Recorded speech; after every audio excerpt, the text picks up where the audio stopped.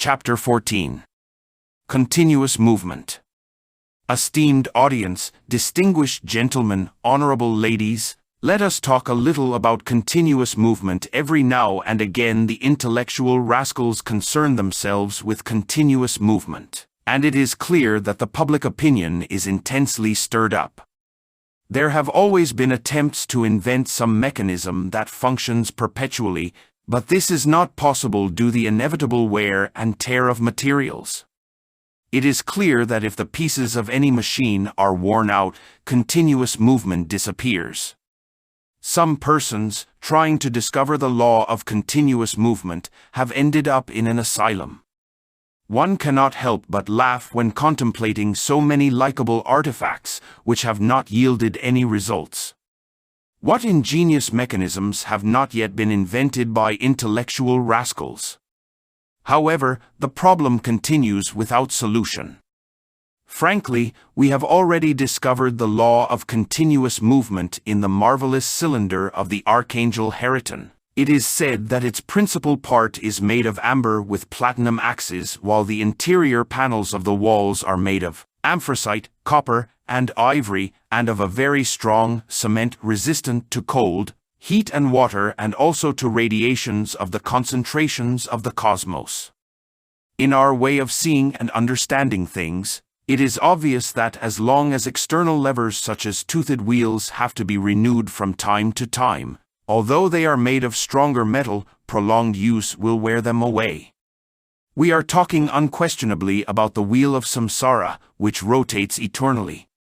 All of us, without any exceptions, have rotated many times with this great wheel, and if continuous movement is not interrupted, it is due exclusively to the infinite quantity of dispensable elements. Let us think for a moment on the axis of this great wheel, that which is said to be of platinum. It could also be affirmed in an emphatic manner that it is made of silver. Anyone knows that silver or platinum are of a lunar nature. It is obvious that the axis of the fatal wheel could not be of another material.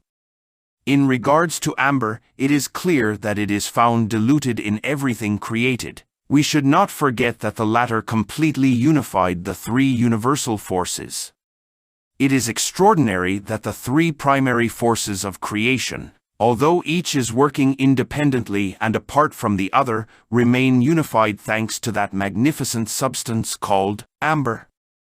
Each of us has not only passed through the windmill many times, but also through each of the teeth of the windmill. With this saying, I want to emphasize the news that we incessantly rotated through successive eternities on the wheel of the Archangel Heraton, that is, on the extraordinary wheel of samsara. The dispensable material is the egos that descend on the tragic wheel. They disintegrate in the Avernus. On the right Anubis always ascends evolving, and on the left involuting Typhon descends. We have repeated in all these talks, to satiation, that each of you is assigned 108 existences. It is clear that once the cycle of successive lives is ended, if we have not achieved the inner self-realization of our being, we rotate on the wheel of the Archangel Heraton, descending within the submerged mineral kingdom. With this we want to talk very clearly and say, one evolves up to a perfectly defined point through nature and then one involutes. We ascend evolving on the right side of the wheel and descend involuting on the left side of the same wheel. The evolving ascent begins, properly said, from the mineral kingdom. Any esoterist investigator with awake consciousness can verify the crude reality of evolving creatures of the superior mineral kingdom, to differentiate them from the submerged inferior one. Many times, moving outside of my physical body with the eidolon, I have opened rocks or stone fragments, to study these multiple creatures that inhabit the superior mineral kingdom. I can tell you without fear of exaggerating that such innocent creatures are beyond good and evil. On a certain occasion when I opened a rock fragment, I could see many ladies and gentlemen elegantly dressed, that were at the most 5 to 10 centimeters tall.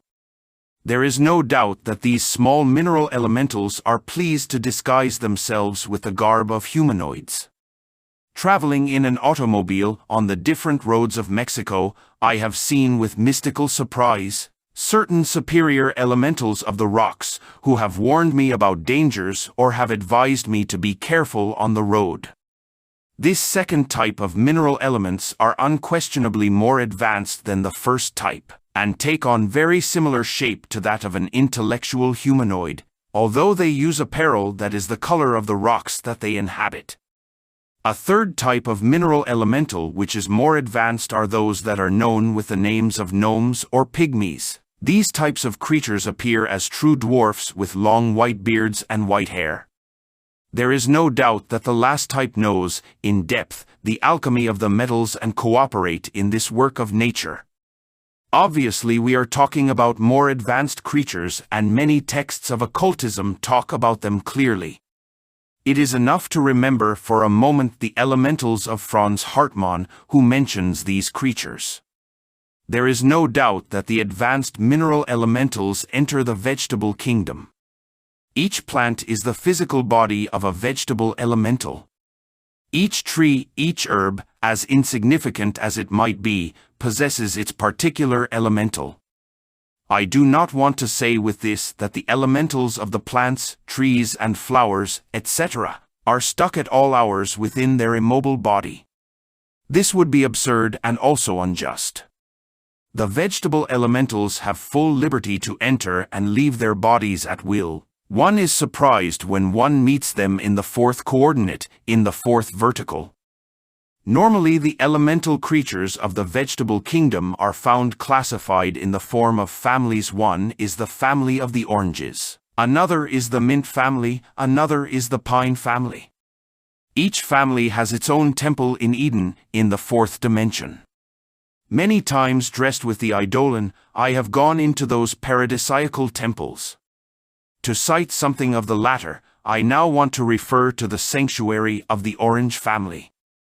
I found within the sanctuary of said vegetable family many innocent children. The latter are found busy listening to the teachings that their Guru Deva is imparting to them. That instructor, dressed with a garb similar to that of a bride, looked like an exquisitely spiritual, feminine beauty. I have made similar visits to other vegetable temples found in the Promised Land, in that land where the rivers of pure water emanate milk and honey. The advanced elementals of the vegetable kingdom enter the diverse departments of the animal kingdom later on. These creatures, distributed in multiple or species, also have their guides and their temples located in the earthly paradise, that is, in the fourth coordinate as it is called by occultists, the etheric world. On a certain occasion, being in meditation, I could clearly verify the intelligent meaning of the language of the birds. I clearly remember a certain bird that, resting on the body of the tree, argued with another bird. The first one was very quiet when it was suddenly interrupted by the arrival of the second bird. The latter rested threateningly on the body of the tree, many d on the first one. I was alert, listening in meditation to what was happening. I clearly remember the improper terms of the threatening bird. You hurt my leg some days ago and I have to punish that error of yours. The threatened creature was apologizing, saying, "It is not my fault, leave me alone." Unfortunately, the aggressor bird did not want to listen to reason and, pecking with force at his victim, incessantly reminded him of his hurt leg. On another occasion, when I was also in profound interior meditation, I could hear the barking of two neighbor dogs. The first one was relating to the second one everything that was happening in his house, saying, "My master treats me very badly, they constantly hit me and the food is terrible, everybody, in general, insults me and I live a very unhappy life." The second one answered with his barks, saying, "Everything is much better for me, they feed me well and treat me well." People on the street came and went, hearing only the barks of the two dogs. But they did not understand the language of the phonims 1s. However, for me, such a language has always been very clear. On a certain occasion, a neighbor dog warned me that a big failure awaited me if I carried out a certain trip towards the north of Mexico, The animal that I refer to yelled, saying, "A failure, a failure, a failure," and I did not want to pay attention. Around that time, on arriving at a certain town, very close to the desert of Sonora, I told the driver of the vehicle in which we were traveling that it was indispensable to find a hotel, since I was not in any way going to continue the trip that night. However, that gentleman with a sleep consciousness did not want to obey. Then I warned him in the following manner: "You will be responsible for what will happen. You are warned. Listen well, you are warned." Hours later, the car turned over in the desert and there were injured people, but no one died. Then I reminded the gentleman of the error that he bad committed when he did not obey. There is no doubt that such arose his transgression and asked for forgiveness, but everything was too late, the deed was done. Unfortunately, this is how people with a sleep consciousness are. This is how they wander around the world from the day they are born until they die. What I am saying might seem a little strange to you since you do not notice in any way the difference. Listening to the song of a bird, you would never understand his language and much less that of a dog. You can only hear the sounds of nature, barks, whistles, songs, etc., and nothing else. Something similar can happen to these animal creatures when they listen to the human language. They only perceive a higher and lower volume in the voice, more or less sharp sounds, more or less low sounds, squeaks, creaks, growls, snoring. However, we understand each other, we have our earthly languages, etc. The more advanced elemental creatures enter the kingdom of intellectual humanoids. There is no doubt that these three-brained or tricentered bipeds are much more dangerous. Everyone who enters the kingdom of the rational homunculi is assigned 108 existences, as we have already stated to satiety, but he who fails, he who does not achieve inner self-realization within the cycle of existences that are assigned to him, ceases to return or reign corporate in organisms of humanoids and precipitates himself, involuting within the entrails of the earth, in the infradimensions of nature. Through our investigations of an esoteric type, we have been able to verify with complete clarity what the involutive processes are. It is clear that it is up to us to undo what has been done and to descend the stairs upon which we had previously ascended. After recapitulating past humanoid experiences in the Avernus, we should repeat animal-like and vegetable-like states before the total fossilization and second death. I remember a very interesting case. On a certain occasion I warned a lady of the abyss with the following: "On the involutive path that you are on, you will have to disintegrate in the ninth sphere, become cosmic dust. This is the second death." That lady answered me, "I do not ignore it, we know this, and it is precisely what we want." The demon that accompanied her attacked me furiously with his infernal, psychic powers, and I had to defend myself with the flaming sword. Yahweh has made of this entire wheel of samsara a mystique, a religion, and his followers are faithful to him. When one converses with Yahweh, one can verify that this fallen angel possesses a sparkling intellectuality with which he can totally seduce anyone.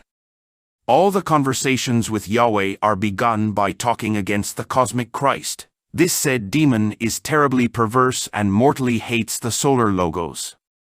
Those who want inner self-realization with the purpose of avoiding the descent to the infernal worlds should enter the path of the revolution of consciousness.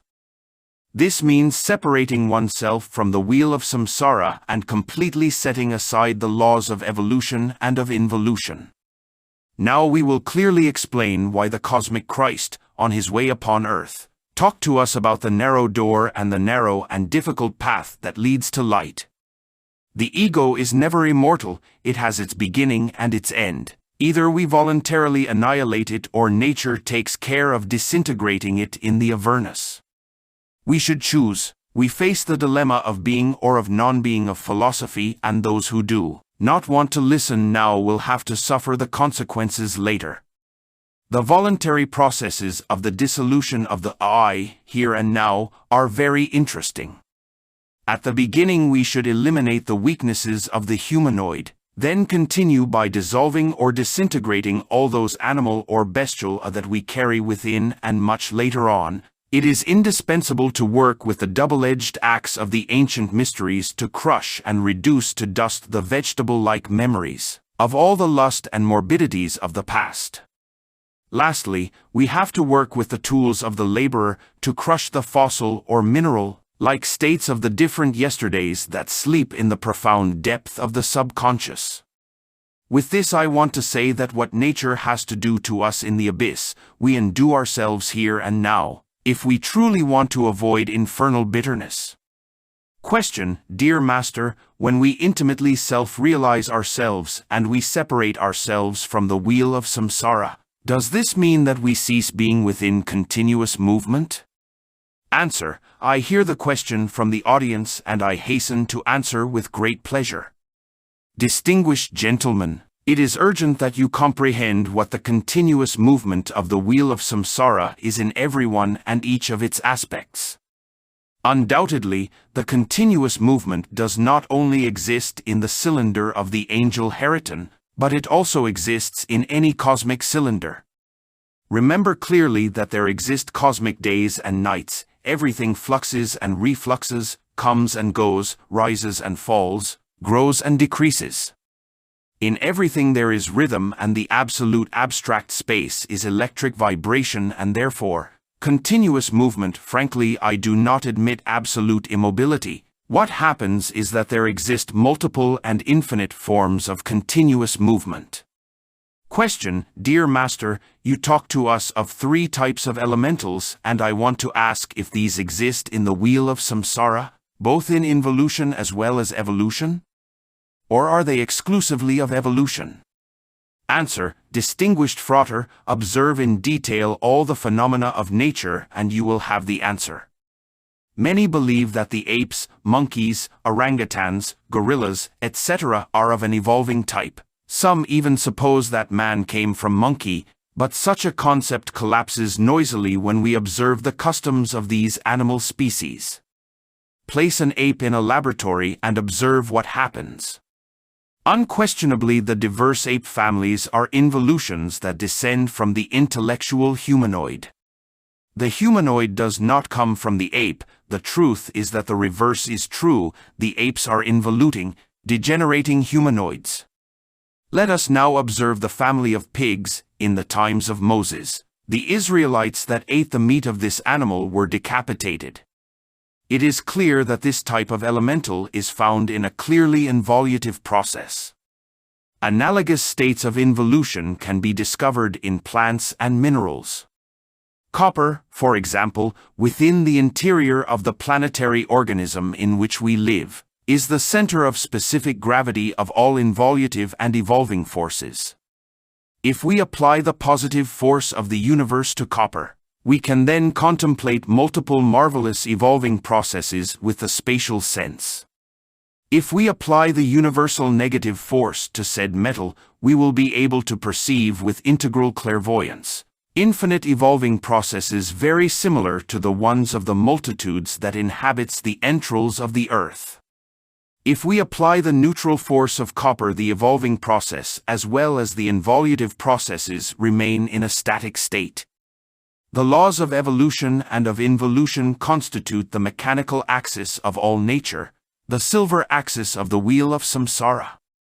The laws of evolution and of involution work in a coordinated and harmonious in everything created.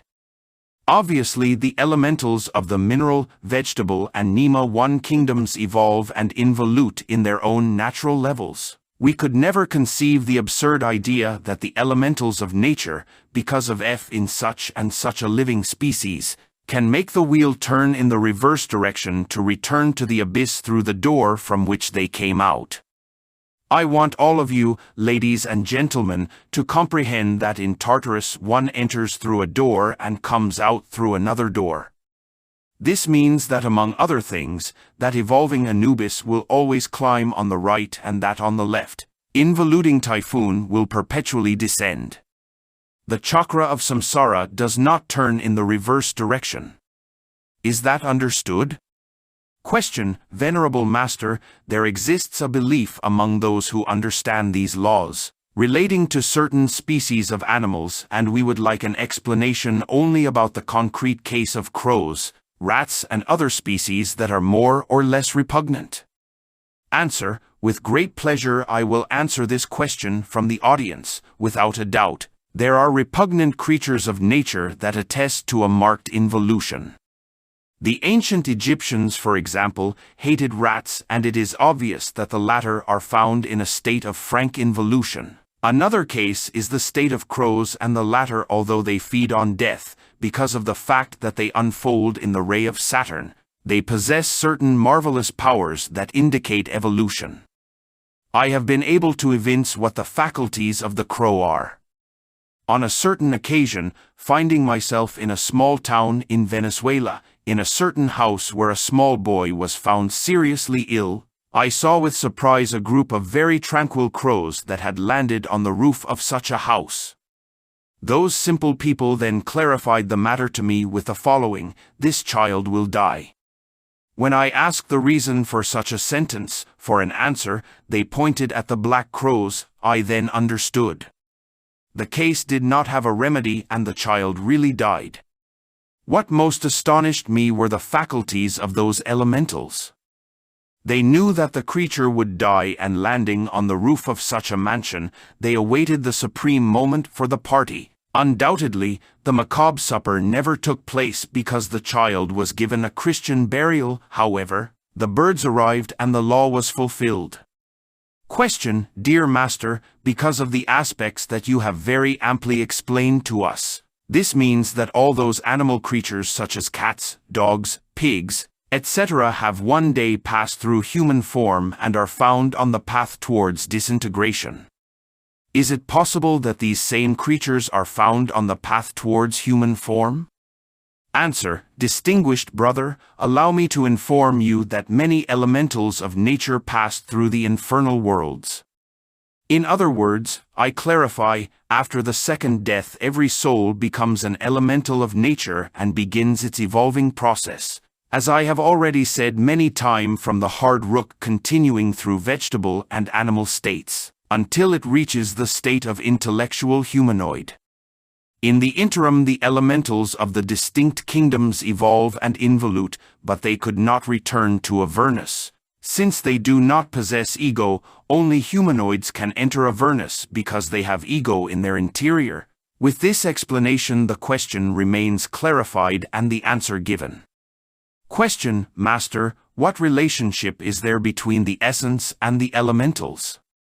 Answer, it is good that the worthy audience that listens dearly understand that there certainly exists no difference between the essence and elementals. It is clear that the essence is the same as the elemental and the elemental is the same as the essence. When the ego is disintegrated in the infernal worlds we become elementals of nature. However, when the ego disintegrates here and now, through conscious work and voluntary sufferings, instead of becoming elementals we become masters. That is what is important. Question, Master, from what you have explained with respect to the elementals that they are beyond good and evil, and that therefore they are innocent, I am curious to know what happens if this innocence is lost? Answer, Distinguished gentlemen, honorable audience that listen, I beg you to comprehend my words. There are two types of innocence, that of the victorious and that of the failed ones. The soul that escapes the Avernus after the second death to become an elemental of nature, obviously is a failure even though it has reconquered its innocence. The soul that disintegrates the ego in a voluntary and conscious manner here and now, reconquers its innocence in a victorious manner and becomes a Buddha. There are two types of innocence, that of the victorious and that of the ones of the Archangel Heriton, who have never been human and who desire to reach the human state.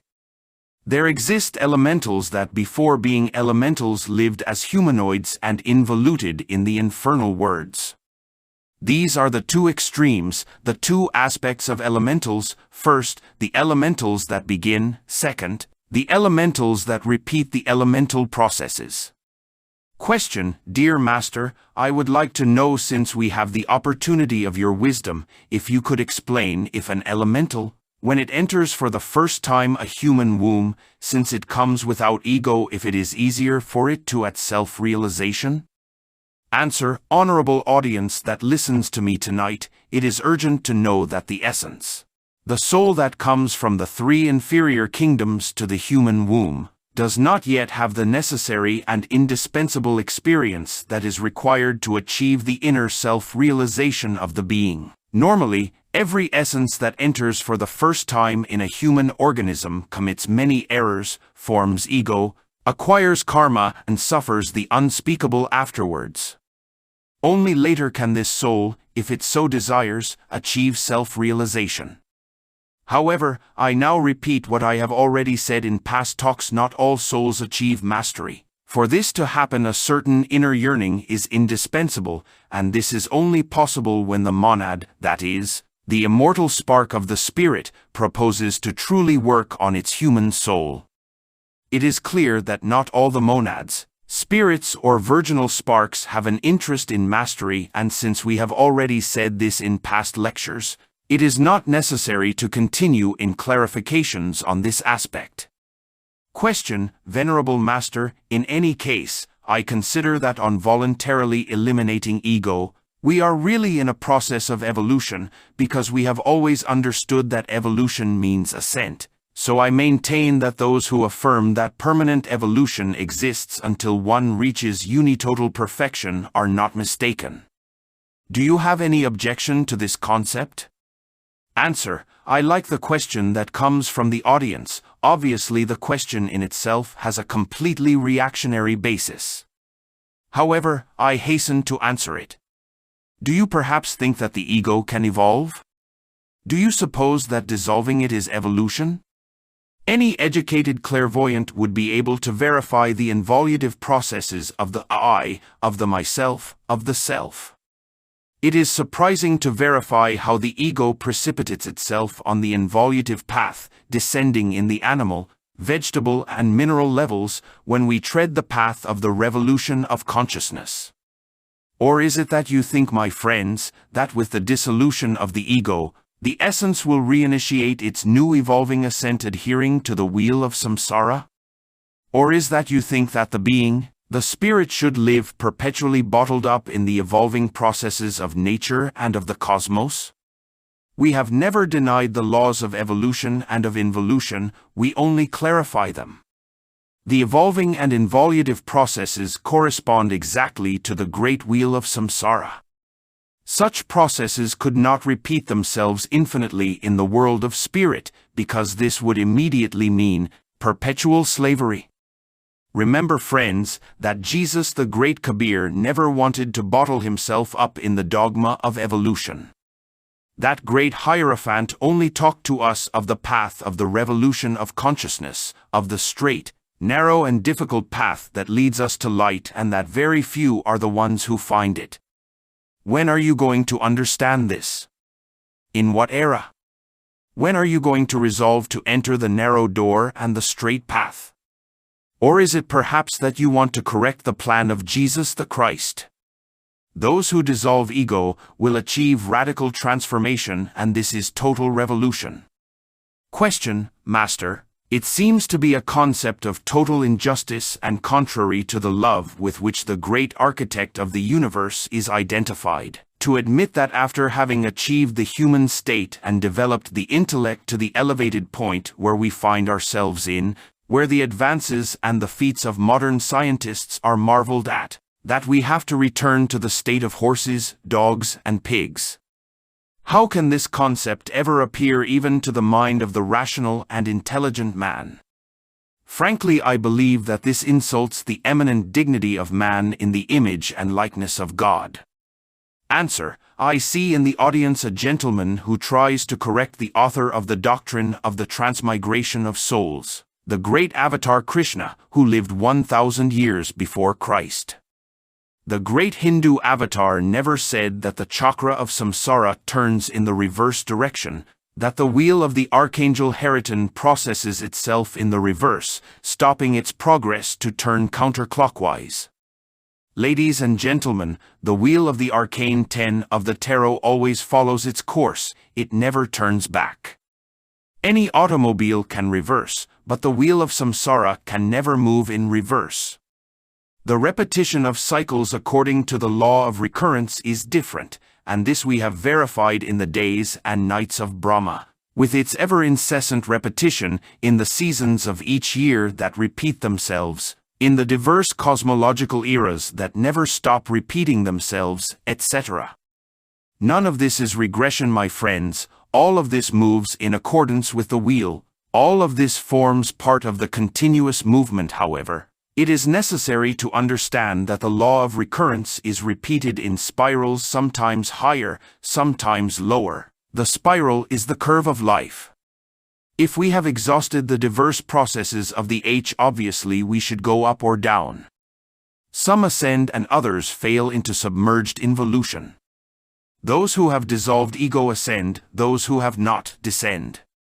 The victorious transform themselves into Buddhas, into masters. The ones that fail, after the second death announced by our Lord the Christ, by John in the Apocalypse, are transformed into elementals of nature. There do not exist regressions, but continuity of cycles, or periods of cosmic manifestation. We have already said in past talks that all these cycles or periods are counted, and in this there is no regression. The wheel moves forward, it never turns back. It begins with cycle number 1 and ends with the 3000th cycle. The counting of cycles or periods of manifestation never marches in the reverse manner. Therefore, mathematics clearly demonstrates that the doctrine of transmigration of the souls is exact. It would be serious, ladies and gentlemen, that the ego not has a limit and that it continue eternally developing and unfolding. Think what this would mean. The evil of the world would never have a limit. It would extend victoriously throughout the infinite spaces, and it would dominate all the 7 cosmos. In this case there would be injustice. Distinguished ladies and gentlemen, fortunately the great architect of the universe, cited by the gentleman that asked the question, has put a stop to evil.